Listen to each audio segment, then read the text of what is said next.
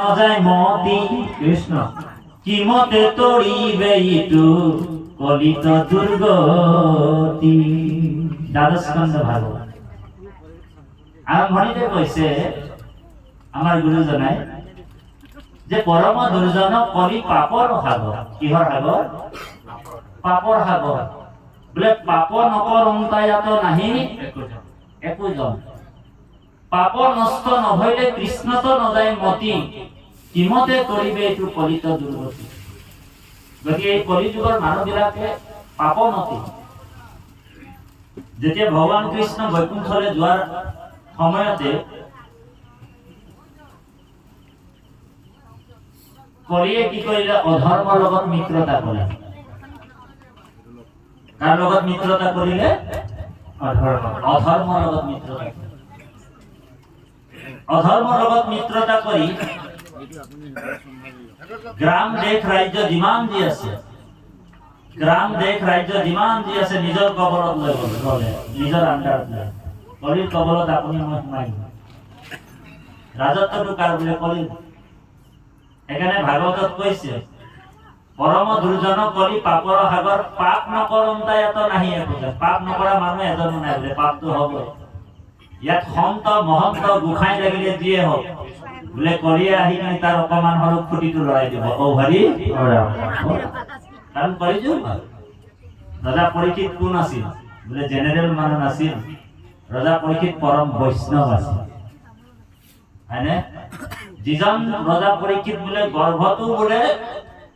গৰ্ভতেই বোলে ভগৱন্তক দৰ্শন পাইছে। আপোনালোক জানে গৰ্ভতেই যাৰ পৰীক্ষা হ'ল সেইজনেই পৰীক্ষিত। ৰজা পৰীক্ষিতে গৰ্ভতেই ভগৱন্তক দৰ্শন পাইছে। পৰীক্ষিতৰ নিচিনা বৈষ্ণৱ নাছিল। আৰু সেইজন ৰজা পৰীক্ষিতকো কিন্তু কলিয়ে কি কৰিলে? গ্ৰাস কৰিলে। গতিকে আপুনি মইতো বাচিব নোৱাৰো। কলিয়ে কি কৰিলে? কৃষ্ণ যোৱাৰ লগে লগে কাৰিনা অধৰ্মে মিত্ৰেণ বাধিতা ধৰে অধুনা। কলিয়ে অধৰ্মৰ লগত মিত্ৰতা কৰিলে, ট্ৰেন পাতিলে, বন্ধুত্ব পাতিলে। আৰু গ্ৰাম দেশ ৰাজ্য যিমান কলিময় কৰি দিলে। ये धर्म को खेदाइला कली, ये अधर्मे है भैला बोली, ओ देखा लोक भैला एकाकार। कृष्ण पाप बाढ़े दिने दिने कृष्ण शरण बिने और आत नहीं खे निस्तार। गोविंद भागवत द्वादश स्कंध। এই যে কলিৰ পৰা পৰিত্ৰাণ পোৱাৰ একমাত্ৰ উপায় হৈছে ভগৱান কৃষ্ণৰ ভক্তি। আৰু এই কৃষ্ণ ভক্তি মহাত্মাটোৱে ভাগৱতৰ যোগেদি নৰ সমাজত বিতৰণ কৰিছে। ৰজা পৰীক্ষিত নিমিত্ত হৈছে। আৰু ৰজা পৰীক্ষিতক কেনেকে কলিয়ে নিগ্ৰহ কৰিলে, কলি নিগ্ৰহত ৰজা পৰীক্ষিত কেনেকে পৰিল, পদবন্ধে আমাৰ পৰম শ্ৰদ্ধা দুজন বাপ গ'ল, ইমান সুন্দৰভাৱে পাঠ কৰি গ'ল। আমি বাপ দুজনে সেৱা জনাইছো। অকণমান পদবন্ধে অকণমান কৰিব লাগিব। তাৰপিছত আমি বাপজনে দুলৰি চন্দ্ৰলৈ আগবাঢ়িব লাগিব। কথাবিলাক ওলাই গ'ল। ইয়াতে শুনিও হৌন কৰিখি গুৰিলন্ত সুত, তহিতে আশ্চৰ্য যেন ভৈল অদভূত। কৰি দিব বিজয় অজয় পৰীক্ষিত, কহিলা পাছে ৰথে কুৰুক্ষেত্ৰ সন্নিত। দেখিলা নিৰ্পতি তৈতে বিচাৰি ফুৰন্তে, আছে ধেনু বৃক্ষ দুয়ো দুখত কান্দ। ৰজা পৰীক্ষিতে এদিন কি হ'ল, নিজৰ ৰথখন লৈ গোটেই সমগ্ৰ বিশ্ব ব্ৰহ্মাণ্ড ঘূৰিছে। পৃথিৱীখন নিজৰে হৈ ৬১ ৰজা ঘূৰোতে ঘূৰোতে এদিন এনেকুৱা এটা স্থানত গৈ পালে, তাত ধেনু আৰু বৃক্ষ, ধেনু মানে হৈছে গাই গৰু, বৃক্ষ মানে হৈছে ষাঁড় গৰু। দুইজনে দুইজনৰ মুখামুখি হৈ কান্দিছে। মৃণাল ধবল বৃক্ষ কাম্পে তৰতৰি, চৰণত তাৰৈ ক্ষুদ্ৰ গোটে দণ্ড ধৰি। আৰু দুখ মনেৰে বৃক্ষ মানে ষাঁড় গৰু আৰু ধেনুৱে যেতিয়া কান্দি আছে, তেওঁলোকৰ চৰণত কি কৰিছে? এজন কলা ৰঙৰ পুৰুষে দণ্ড ধৰি তেওঁলোকৰ চৰণ দুখৰত প্ৰহাৰ কৰিছে। তাৰপিছত কি হৈছে, ভয়তে তেজিয়া যেন মলমূত্ৰ আতি চৰণ প্ৰহাৰে ধেনুক কৰে শাস্তি, কান্দন্তে আচন্ত ভয়ে লুটক নয়ন, অনাথক মাৰে যেন দুৰ্জন টেংটো নাই। এনে অকাৰণত এনেকুৱা শাস্তি কিছুমান মানুহকো দিয়ে, ঠিক গাই গৰুজনীকো আৰু ষাঁড় গৰুটোকো শাস্তি কৰিছে এজন কলা ৰঙৰ পুৰুষে। এজন কোন আছিল বুলি কৈছে, ওলাব এতিয়া। হেন দেখি খেদি গইলা ৰাজা আঠে বেঠে, হাতে সৰ ধনু ধৰি সুবৰ্ণৰ ৰথে, মেঘৰ গম্ভীৰ ধ্বনি গুলিৰা বচন, কোন তই কহ অৰে অধম দুৰ্জন। তেওঁ মেঘৰ গম্ভীৰত ৰজা পৰীক্ষিতে যিজন মৰিয়াই আছিলে, প্ৰহাৰ কৰি আছিলে, এই মাৰি থকা পুৰুষজনক ৰজা পৰীক্ষিতে সুধিছে, তই কোন আৰু কোন দুৰ্জন হয় তই, অধম দুৰ্জন, যে মোহৰ ৰাজ্যত কৰ ইমত দুৰ্বল, মাৰিবাক শংকা নাই কহিব নিষ্কল, নিৰ্পতিৰ ভেক তই কৰ্মত চণ্ডাল, হেন জানা পাইলো আহি তোৰ মহা জমকাল। তই কোন হয়, গতিকে কোৱা নহলে তোমাক মই শাস্তি দিম বুলি যেতিয়া কৈছে, গৈলন্ত বিদুৰ মাত্ৰ কৃষ্ণ ধনঞ্জয়, এতেকেহে অন্যায় কৰহত দুৰাশয়, মই বিদ্যমান তোৰ এতমান গহ, কৰো হিৰ চেত্ৰ দুষ্ট খানি টেকৰ। লগে লগে ৰজা পৰীক্ষিতে নিজৰ হাতৰ তৰোৱাল দাঙি সেই পুৰুষজনক হত্যা কৰিবলৈ আৰম্ভ কৰিছে। তেনেতে মহন্তক পীড়াপৰ মুহুৰ আগত ৰজা পৰীক্ষিতে কৈছে, ৰহ ৰহ ভানু আদি তুহুৰ মহত্ব, এহি বুলি পৰীক্ষিত পৰম মহন্ত, ধেনু বিষবক দুইকো সংবন্ধি বুলন্ত, কোন তুমি আশা শুক্ল বৃক্ষ ৰূপ ধৰি, কোনোবা তোমাৰো ভাঙি লেক তিনি ধৰি। তোমালোক দুইজন কোন, ধেনুৰূপী গাইজনীক আৰু ষাঁড় গৰুটোক সুধিছে, শুক্ল বৰ্ণৰ বগা ৰঙৰ, যে তুমি কোন, তোমালোক দুজন কোন, পৰিচয় দিয়া বুলি যেতিয়া কৈছে, আৰু তোমালোকৰ তিনিটা ভৰি ভাঙি পেলালে, কিহৰ কাৰণেনো এনেকুৱা হৈছে, এই কথাটো ৰজা পৰীক্ষিতে সুধিছে। কিহক ভ্ৰমাহা এক পাৱে মহাশয়, তোমালোক এখন পাৱতে কিয় ভ্ৰমণ কৰিছা, মই আহি পাইলো আৰু নকৰিবা ভয়। তেওঁলোকক আশ্বাস দিছে যে তোমালোক ভয় নকৰিবা। তাৰপিছত কৈছে, দৈত্য ৰাখে কৌৰৱ ৰাজাক বাহুদণ্ডে, হুকে সিটো লোকৰ লুটক নতু কৰে, নাকান্দা নাকান্দা মাও ধেনু এৰা খেদ, কৰো আজি তোৰ শত্ৰুৰ স্কন্ধ ছেদ। গতিকে তোমালোক দুখ নকৰিবা, নাকান্দিবা, আজি তোমালোকৰ শত্ৰুক মই বধ কৰিম, মাৰি পেলাম, শিৰচ্ছেদ কৰিম বুলি আশ্বাস দিছে। কৃষ্ণৰ সেৱক ইটো ৰাজাৰ ৰাজাত ৰাজ্যত, কেহু নতু কৰে আহি দ্ৰোহ হেন। আজিলৈকে কোনোদিন কোনোৱে সাহস নকৰে মোৰ ৰাজ্যত এনেকুৱা উপদ্ৰৱ কৰিবলৈ, কিন্তু এইজন কোন বুলি ৰজা পৰীক্ষিতে দণ্ড লৈছে মাৰিবৰ কাৰণে। হেন শুনি ধৰ্মে তাংক দিলন্ত উত্তৰ, এই ধেনুৰূপী এই বৃক্ষৰূপী ষাঁড় গৰু কোন আছিল, বেলেগ নাছিল, কোন আছিল, ধৰ্ম আছিল। ধৰ্মই কৈছে, হেন শুনি ধৰ্মে তাংক দিলন্ত উত্তৰ, কি কহো মোক কথা মই তোমাৰ বংশৰ। প্ৰথমে তেওঁৰ বংশৰ কথা কৈছে ৰজা পৰীক্ষিত, যাৰ গুণে তুষ্ট হৈয়া বসুদেৱ সুত, উৱন্ত সাৰথী কতো সভাসদ দূত। তোমাৰ মহিমাৰ কথা আমি কি কম, কাৰণ মহিমা আছে, হয় নে নহয়? কাৰণ তেওঁ কোন আছিল, ৰজা পৰীক্ষিত পাণ্ডৱ বংশৰ আছিল, হয় নে বাৰু? তেওঁলোকৰ পিতামহ বিলাক কৃষ্ণৰ একান্ত ভকত আছিল, হয় নে বাৰু? সেইকাৰণে কৈছে, এই ৰামে জানন্ত বিফলে যায়, ভিতৰ সন্ততি সাপ দিয়াই উপজাইলা মোৰ বীৰপতি। ৰজা পৰীক্ষিতে নিজে কৈছে যে মই ভগৱান কৃষ্ণৰ বংশৰ কাৰণে ভগৱানৰ আমাৰ পূৰ্বপুৰুষবিলাক চবেই ভগৱানৰ ভকত আছিল। সেইকাৰণে মই ভিতৰ সন্ততি হোৱাৰ কাৰণে তুমি মোক ঋষি হাতটো দিলা, এইবুলি ৰজা পৰীক্ষিতে কৈছিল। গতিকে হেন শুনি ধৰ্মেতাংগ দিলন্ত উত্তৰ কি কহিব কথা মই তোমাৰ বংশ, যাৰ গুণে তুষ্ট হইয়া বসুদেৱ উত কোৱন্ত হাৰথি কতু সভাসদ কৰন্দ মন্ত্ৰণা কতু মন্ত্ৰী হয়ে আতি নিদ্ৰা এৰি খান্ডা ধৰি ৰাখি থাকা ৰাতি ধ্যানতো নেদেখে যিটো বেদৰো ৰহস্য ভগৱানৰ কথা যিসকল ঋষি মুনিসকল ভগৱান কৃষ্ণক ধ্যানতো নাপায় যোগীসকল, আৰু সেইজন পৰমাত্মা ভগৱন্তক তোমালোক গৃহতে পাইছিলে। ৰথৰ সাৰথি হিচাপে কোনে পাইছিলে? অৰ্জুনে পাইছিলে। গতিকে তোমালোকৰ বংশটো ধন্য, হয়নে বাৰু?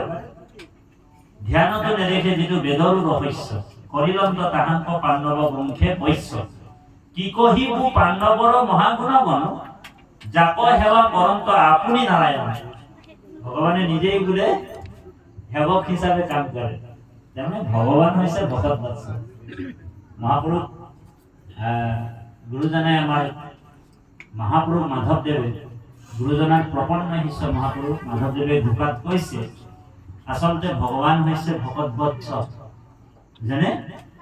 সেইকাৰণে মহাপুৰুষ মাধৱদেৱে নাম ঢোকাত কৈছে, সকলোৱে গাব এ সহজ কৃপালো গুণক প্ৰকাশিয়ে ধরিয়া সাহরি ভকত বৎসল নাম এথেনু যেন মতে বৎসক পালয় এ তুমি হে হিমতে ভকত পালা রাম তুমি হে হিমতে ভগত কপালা। শ্রীমদ ভাগবত গীতাটো কৈছে কৃষ্ণই, হে অৰ্জুন মই হৰি জগত বৈশ্যময় ভকত, মই হৰি জগতৰ বৈশ্যময় ভকত, মই ভকতৰ আন্দাৰত কাম কৰোঁ। মই গুৰু জগতৰ, মই গুৰু জগতৰ। মোৰ গুৰু কোন? কৃষ্ণৰ গুৰু কোন? ভকত। নিজেই ভগৱানে কৈছে, এইটো দুৰ্বাসা মুনিক কৈছে, নৱম স্কন্ধত অম্বৰীশ ৰজাক কৈছে যে মই গুৰু জগতৰ, কিন্তু মোৰ গুৰু কোন? ভকত। এনে ভগৱানৰ গুৰু শিক্ষা গুৰু হৈছে শান্তিপুৰী মুনি, কিন্তু ভগৱান নিজেই ব্যক্ত কৰিছে দুৰ্বাসাৰ আগত মোৰ গুৰু কিন্তু ভকত। সেইকাৰণে বাপজনে কৈ গ'ল, আমাৰ পৰমশ্ৰদ্ধাৰ বাপজনে, যে কৃষ্ণক পাইবাৰ জানা ভকতেহে পন্থ, এহি মানে কহে গীতা ভাগৱত গ্ৰন্থ, বা কৃষ্ণক পাইবাৰ জানা ভকতিহে পন্থ, এহি মানে কহে গীতা ভাগৱত গ্ৰন্থ। কৃষ্ণক পাবলৈ হলে প্ৰথম এপ্লিকেশ্যনখন, প্ৰথম আবেদনখন আমি কাক জনাব লাগিব? ভকত। কাৰণ ভকতৰ ভকতি নকৰাকৈ মোক লাভ কৰিব নোৱাৰিব। সেইকাৰণে সংস্কৃত শ্লোকত কৈছে সিদ্ধিৰ ভৱতি বানেতি অচ্যুত সেবিনা, তেতিয়াই সিদ্ধি হ'ব যেতিয়ালৈকে আমি যেতিয়া বোলে অচ্যুত ভগৱানৰ দাসৰো দাস হ'ব পাৰে। সেইকাৰণে আমাৰ গুৰুজনে আকৌ কৈছে,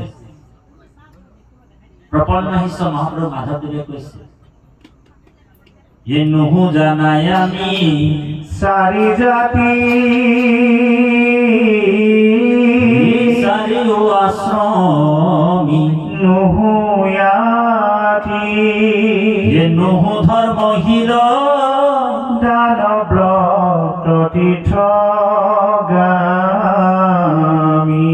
কিন্তু পূর্ণানন্দ সমুদ্র গোপী ভক্তা পদ কমল দাসৰু দাস সাৰদা হইলো আমি। ৰাম দাসৰু দাস প্ৰাণদাস ভৈলো মহাপুৰুষ মাধৱদেৱ আমাৰ দ্বিতীয় গুৰু স্বৰূপ প্ৰপন্ন শিষ্য গুৰুজনাৰ নিজকে দাসৰু দাস বুলি কৈছে এক আৰু নিজকে মূৰ সম পাপী লোক নাহিকে তিনি লোক হয়নে বাৰু আমাৰ গুৰুজনাই কৈছে নহয় জানো আকৌ আমাৰ জগতগুৰু শ্ৰীমন্ত শংকৰ গুৰুৱে কি কৈছে বোলে মই কৃষ্ণৰ কিংকৰ বুলি কৈছে কিংকৰ মানে হৈছে দাস বা চাকৰ হয়নে বাৰু আমাৰ গুৰুসকলে যদি ইমানটো কৈছে আপুনি মই কিমান ক'ব লাগিব অ হৰি কিন্তু আমাৰ ভকতসকলে আকৌ নিজকে দাস কৰিব নোখোজে হয়নে অকমান যদি শাস্ত্ৰ জানি লয় হয়নে বাৰু বাপৰে নিজকে ভগৱান বুলি ভাবে নিজকে আৰু সেইকাৰণে ভক্তি কৰিবলৈ গ'লে আমাক পাঁচটা ভক্তিৰ ৰাস্তাটোত কাঁইট পাঁচটা বাধা দিয়ে পাঁচটা কাঁইট দেই সেইকাৰণে ভকতসকলে সেই পাঁচটা কাঁইটক আঁতৰাই ল'ব লাগিব অ হৰি এই পাঁচটা কাঁইট কি জানেনে বোলে জাতি বিদ্যা মহতঞ্চ রূপ যৌবন মেবচ্চ পঞ্চতানি বোলে ভক্তি কণ্টক এই পাঁচটা ভক্তির কাঁটা কাঁইট এই পাঁচটা কাঁইটক আঁতৰাব কি বোলে জাতি বোলে যদি ব্ৰাহ্মণ হয় অলপ উচ্চ জাতিৰ হলে আপুনি নিবিচাৰিলেও অভিমানটো আপোনাৰ নিবিচাৰিলেও অভিমানটো আহি থাকিব মনে মনে এই অঞ্চলটোৰ ভিতৰত মহন্ত গোসাঁই ব্ৰাহ্মণ উচ্চ কুলত যদি হৈ যায় আপুনি নিবিচাৰিলেও অভিমানটো আহি থাকে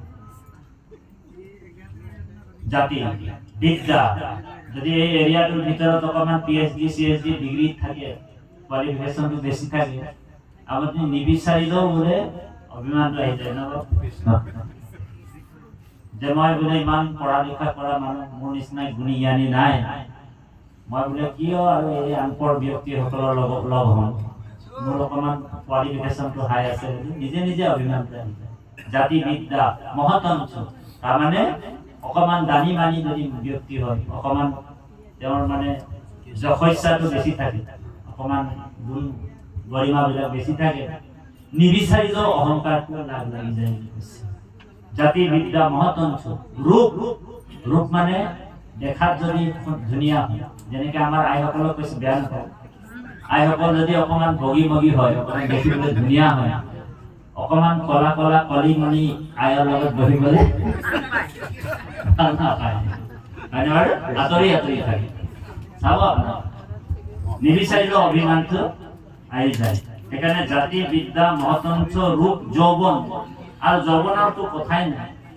যৌবনৰ অভিমানটোতো আপোনালোক জানে যৌবন অৱস্থাত আমাৰ কি অভিমান আছিল হয়নে ইয়াক জোৰ মাৰি দিম ইয়াক খুন্দিয়াই দিম হয়নে গতিকে এই পাঁচটা কাঁইট ভক্তিৰ ক্ষেত্ৰত এই পাঁচটা কাঁইটে বাধা দিয়ে এই পাঁচটা কাঁইটক আমি আঁতৰাব লাগিব বৰ্তমান সেইকাৰণে দাসৰু দাস হ'বলৈ কৈছে আমি সদায় তীৰ্ণ সমান হ'ব লাগিব ভক্তিৰ ক্ষেত্ৰত সদায় তীৰ্ণ সমান হ'ব লাগিব তেতিয়া তীৰ্ণৰ সমান হৈ থাকিলে আমাক কোনো বতাহে আমাক পেলাব নোৱাৰে লাগিলে হাউলি যাম কিন্তু আমাক পেলাব নোৱাৰে উঘালিব নোৱাৰে কিন্তু আমি বৰগছ নিচিনা হৈ থাকিলে মানে এজাক ধুমুহা আহিব আৰু ডালপাতবিলাক হৰি চূৰ্ণ কীৰ্তন ভাঙি সেইকাৰণে ভক্তিৰ ক্ষেত্ৰত সদায় দাসৰু দাস হ'ব লাগিব এই কথাবিলাক ভাগৱতত আমি পাম আৰু যদি অহংকাৰ হয় কৃষ্ণই কৈছে বৰ সাংঘাতিক দৰ্শন আছে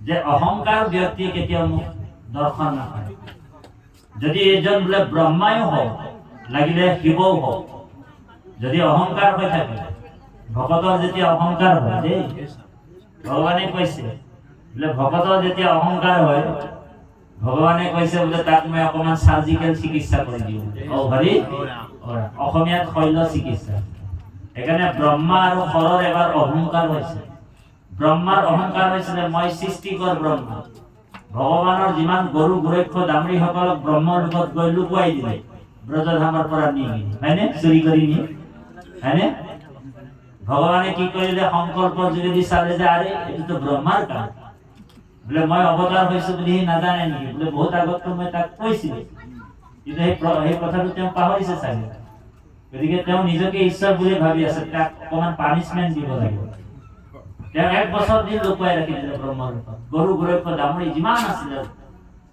গোপীসকল তেতিয়া ভগৱান কি কৰিলে নিজেই 1 বছৰ দিন কি হল নিজেই মানে প্ৰতি এক তাৰমানে নমো সমস্ত ভূতানামাদি ভূতায় ভূভৃতে অনেক ৰূপ ৰূপায় অনেক ৰূপত তেওঁ ৰূপায়িত হয় তেওঁ নিজেই গৰু গৰক্ষ ডামৰি হয় আৰু অনেক ৰূপত তেওঁ ৰূপায়িত হয় এজন কোনো হ'ব পাৰে বোলে এজন তো আপনি মই হ'ব নোৱাৰে যিজন পৰম ঈশ্বৰ ভগৱান কৃষ্ণ সেইজনেই হ'ব পাৰে কাৰণ সেইজন পৰম আত্মা হয় গোটেই জগতৰ আত্মা হৰি এই আত্মা হৰি অনেক ৰূপত ৰূপায়িত হ'ব পাৰে সেইকাৰণে আপুনি মই ক'ৰ পৰা আহিছে বোলে ভগৱানৰে অংশ আপুনি মই ভগৱানতকৈ বেলেগ নহয় তোমাৰে সেই অংশ আমি যত জীৱ যাক তোমাৰ মায়াই হৰি বান্ধিছে আমাৰ দিও উপদেশ ভজো তোমাৰ চৰণ মায়াৰ বন্ধন সিংহ শ্ৰৱণ কীৰ্তন আমি ক'ৰ পৰা আহিছে 1 নম্বৰ প্ৰশ্ন উদয় হ'ব লাগে আমি কলৈকৈ যাব লাগিব আমাৰ ঠিকনা কি আৰু মই সংসাৰত থাকি এই সংসাৰত আমি কি কৰিব লাগিব আমাৰ কৰণীয় কাম এইটোৱে হৈছে ভাগৱতৰ তত্ত্ব গতিকে ব্ৰহ্মাই গৰু গৰক্ষ ডামৰি সকলক 1 বছৰ দিন লুকুৱাই ৰাখিল ভগৱানে চালে এইটোতো ব্ৰহ্মাৰ কাম এনেকুৱা বেয়া কাম কিয় কৰিছে মোৰ লীলাত কিয় বাধা দিছে ভগৱন্তৰ লীলাত বাধা দিছে ব্ৰহ্মা তেওঁৰ অহংকাৰ হৈছে ভগৱানে কি কৰিলে ঠিক আছে ওকে তাক অকমান পানিশমেন্ট দিব লাগিব এতিয়া গৰু গৰক্ষ ডামৰি যেতিয়া 1 বছৰ দিন আহি ব্ৰহ্মা 1 বছৰৰ পিছত যেতিয়া উভতি আহি চাইছে যে সেইজন সঁচাকে ভগৱান হয় না মিছাকে ভগৱান হয় টেষ্টিংটো কৰি যাওঁ আহি কিনে দেখিছে যে যিমান বিলাক গৰু গৰক্ষ ডামৰি লুকুৱাই ৰাখিছিলে সব সেম টু সেম একেই বুলি ইয়াতো ধামত খেলি আছে তেতিয়া ব্ৰহ্মাৰ 4খন মূৰত মানে মূৰ ঘূৰণি হৈ গ'ল চক্কৰ আহি গ'ল ব্ৰহ্মাই আকৌ গৰু গৰক্ষ ডামৰি বিলাক ব্ৰহ্মৰ ৰূপত গৈ চাইছে বোলে একেই দেখা পালে আকৌ উভতি আলে একেই দেখা পাইছে ইয়াতো ব্ৰজধামত একেই দেখি পাইছে এনেতে মানে কি হ'ল ব্ৰহ্মাৰ মানে মূৰটো ঘূৰাবলৈ আৰম্ভণি হ'ল আৰু লাহেছে ধাৰামকে পৰি গুচি গ'ল তেতিয়া ব্ৰহ্মাই ভগৱানে চালে যে আৰে ইয়াতো এনেকা মূৰ ঘূৰণি হ'লেতো মোৰ সৃষ্টিৰ কাৰ্য বন্ধ হৈ যাব গতিকে ইয়াক অলপ ক্ষমা কৰি দিয়াই ভাল ভগৱানে বুজি পালে ব্ৰহ্মাই স্তুতি কৰিবলৈ আৰম্ভ কৰিলে কি স্তুতি কৰিছে ব্ৰহ্মাই স্তুতি কৰিছে হে ৰাম অগ্ৰতে খমিও দুখ ব্ৰহ্মাই কৈছে স্তুতিটো অগ্ৰতে খমিও দুখ জগত নিবাস কৃষ্ণ হেন কৃপা কৰিও ক বোলাও তো দাস এৰাম গৰ্ভতে থাকুন তো উদৰত ঘালয় পাৱে তাৰ অপৰাধ নধৰে যেন মায়ে তোমাৰ কুঠিত আছো সৰাসৰ যত আমি দুঃখিত কখমি উকদামোদৰ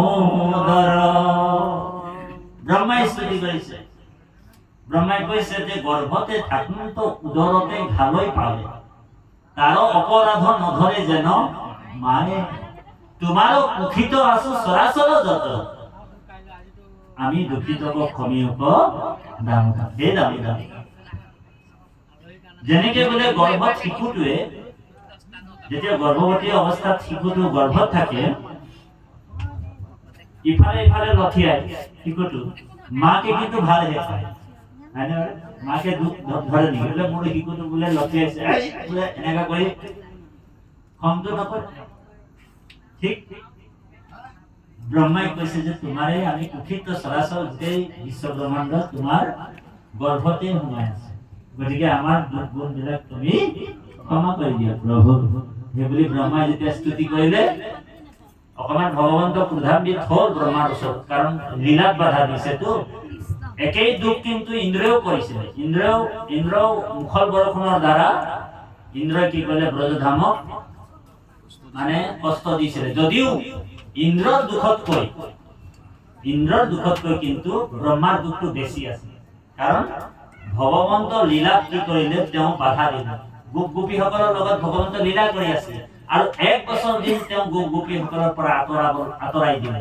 সেইকাৰণে বেছিকে খং উঠিলে ভগৱান আৰু ব্ৰহ্মাক বেছিকে মানে শাস্তি দিছে।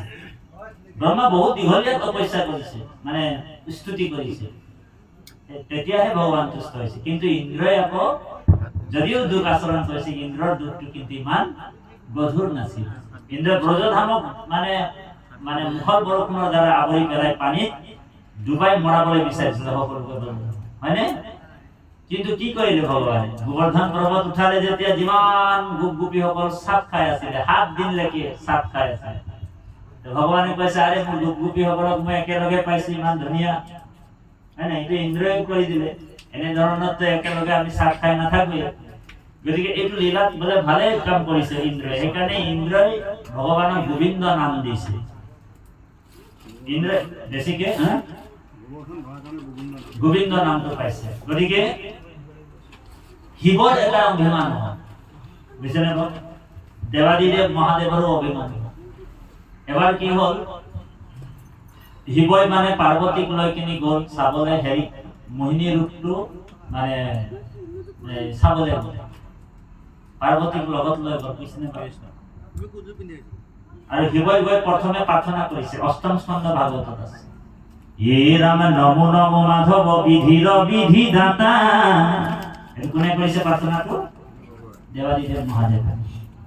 নমো নমো মাধৱ বিধিৰ বিধিদাতা, তুমি জগতৰ গতি, তুমি পিতা মাতা, তুমি কাৰ্য কাৰণ সমস্ত চৰাচৰ, সুবৰ্ণ কুণ্ডল যেন এ নাহিকে অন্তৰ। শিৱই প্ৰাৰ্থনা কৰিছে, তুমি গোটেই চৰাচৰ জগতৰ একমাত্ৰ ঈশ্বৰ। তাৰপিছত কৈছে নমাংগু হুক ভোগ নলাগে মুকুতি, তোমাৰ চৰণে মাংগু অমূল্য ভকতি। কৃষ্ণ প্ৰাৰ্থনা কৰিছে শিৱই, নমাংগু হুক ভোগ নলাগে মুকুতি, প্ৰভু মোক মুক্তিও নালাগে। নমাংগু হুক ভোগ নলাগে মুকুতি, তোমাৰ চৰণে মাংগু কেৱলে ভকতি। মহাদেৱে কৈছে মোক কেৱল ভক্তিটোৱে দিয়া, মুখে লোক নাম মোৰ, কৰ্ণে তব কথা, হৃদয়ত পাদ পদ্ম ঠাকুৰ সৰ্বথা। শিৱই কি বিচাৰিছে জানেনে? মুখে লোক নাম মোৰ, ৰাম নাম কৃষ্ণ নামটো মোৰ মুখত থাকক। এইটো মহাদেৱে কৈছে, শিৱই কৈছে মুখে লোক নাম মোৰ, কৰ্ণে তব কথা, তোমাৰ নাম লীলা চৰিত্ৰ বিলাক মই কৰ্ণত শুনি থাকিব লাগিব। মুখে লোক নাম মোৰ, কৰ্ণে তব কথা, হৃদয়ত পাদ পদ্ম ঠাকুৰ সৰ্বথা। এই ৰাম সজ্জনৰ সংগ নুগুচুক সৰ্বক্ষণ, এতেকে প্ৰসাদ মাংগু তোমাৰ চৰণে। তোমাৰ ওচৰত আহিলো প্ৰভু, এটা গোচৰ লৈ, এটা আপত্তি লৈ আহিছে, পাৰ্বতীক লৈ আহিছে। বোলে দেখি আছো বিবিধ অৱতাৰ, তোমাৰ বহুত অৱতাৰ দিলা, কিন্তু মোহিনী ৰূপটো লৈছিলা যে তুমি, সেই অৱতাৰটো মানে মোৰ অলপ মিষ্টেক হয়, বুজিছানে? তুমি যে এবাৰ নাৰী ৰূপ লৈছিলা, স্ত্ৰী ৰূপ ললা, সেইকাৰণে ভগৱান বোলে 3বাৰ মানে নাৰী ৰূপে লৈছে। কৃষ্ণই 3বাৰ নাৰী ৰূপ লৈছে। সেইকাৰণে আপুনি কৃষ্ণক মতা নে মাইকী ধৰিব নোৱাৰে ন? কৃষ্ণক মতা নে মাইকী ক'ব নোৱাৰে, কাৰণ তেওঁ অনেক ৰূপত ৰূপায়িত হৈ আছে। ভগৱান এনেই ধুনীয়া, বিউটিফুল। কৃষ্ণৰ ৰূপটো চাই কামদেৱ লজ্জিত হয়। ব্ৰহ্মা আদি কৰি ত্ৰিদশৰ দেৱতাবোৰ ভগৱানৰ ৰূপটো চাই বিমানৰ পৰা ধৰি ধৰি পৰিছে। এনেই ভগৱানৰ ৰূপ, আৰু কেনেবাকে যদি নাৰীৰ ৰূপ ল'ব কি হ'ল, কি কেনেকা দেখিব কওকচোন। নীল নিধম নীলামণিৰ টুকুৰা, এনেকুৱা ৰূপ কামদেৱ লজ্জিত হৈ যোৱা ৰূপটো চাবলৈ গ'ল শিৱই পাৰ্বতীক লগত গ'ল, মোহিনী ৰূপটো চাবলৈ গ'ল। তাৰপিছত ভগৱানক কৈছে যে প্ৰভু তোমাৰ মোহিনী ৰূপটো এবাৰ কৃপা কৰি প্লিজ কৃপা কৰি মোক মোহিনী ৰূপটো দেখুৱাব লাগিব। তেতিয়া মহাদেৱক ভগৱানে বুজাইছে যে হেৰি নহয়, কথা এটা হয় বোলে তোমাৰ নিচিনা যোগীয়ে দেৱাদিদেৱ মহাদেৱ বোলে মোৰ নাৰী ৰূপটো কিয় চাব লাগে, আৰু যদি নাৰী ৰূপটো চাই কেনেবাকে তুমি যদি ভুল যাবা, গোটেই জগতখনে তোমাক হাঁহিব। গতিকে এই নাৰী ৰূপটো মই বিশেষ এটা কাৰণত ধৰিছিলো বোলে সাগৰ মন্থনত যেতিয়া অমৃত ওলাইছে দেৱতাৰ কাৰ্য সাধিবৰ কাৰণে মই নাৰী ৰূপ লৈছিলো। এবাৰ ধৰিলো আৰু পাৰ হৈ গুচি গ'ল, এই ৰূপটো আৰু মই তোমাক দেখাব নোৱাৰো। সেই সময়ত তুমি ক'ত গৈছিলা? তো মহাদেৱে কৈছে যে তুমিয়েতো মোক এটা দায়িত্ব দি দিলা যে বোলে সমুদ্ৰত যেতিয়া বোলে বিষ ওলালে এই বিষ পান কৰিবলৈ তুমি বোলে মোক আজ্ঞা কৰি দিলা, আৰু এই বিষ পান মই কৰাৰ পিছত বোলে 10,000 বছৰ মান অচেতন হৈ গ'ল, বুজিছেনে? গতিকে কেইবাটাও বোলে তোমাৰ অৱতাৰ পাৰ হৈ গ'ল, মই চাব নোৱাৰিলো। সেইকাৰণে পাৰ্বতীক লৈ আহিছো কৃপা কৰি মোক বোলে তোমাৰ মোহিনী ৰূপটো দেখাব লাগে। তেতিয়া ভগৱানে উপায় নাই, শিৱই বহুত জোৰ কৰিছে, যেনেকে আছিল তেনেকে কৰি দিয়েছিল। শিৱই বহুত জোৰ কৰিছে।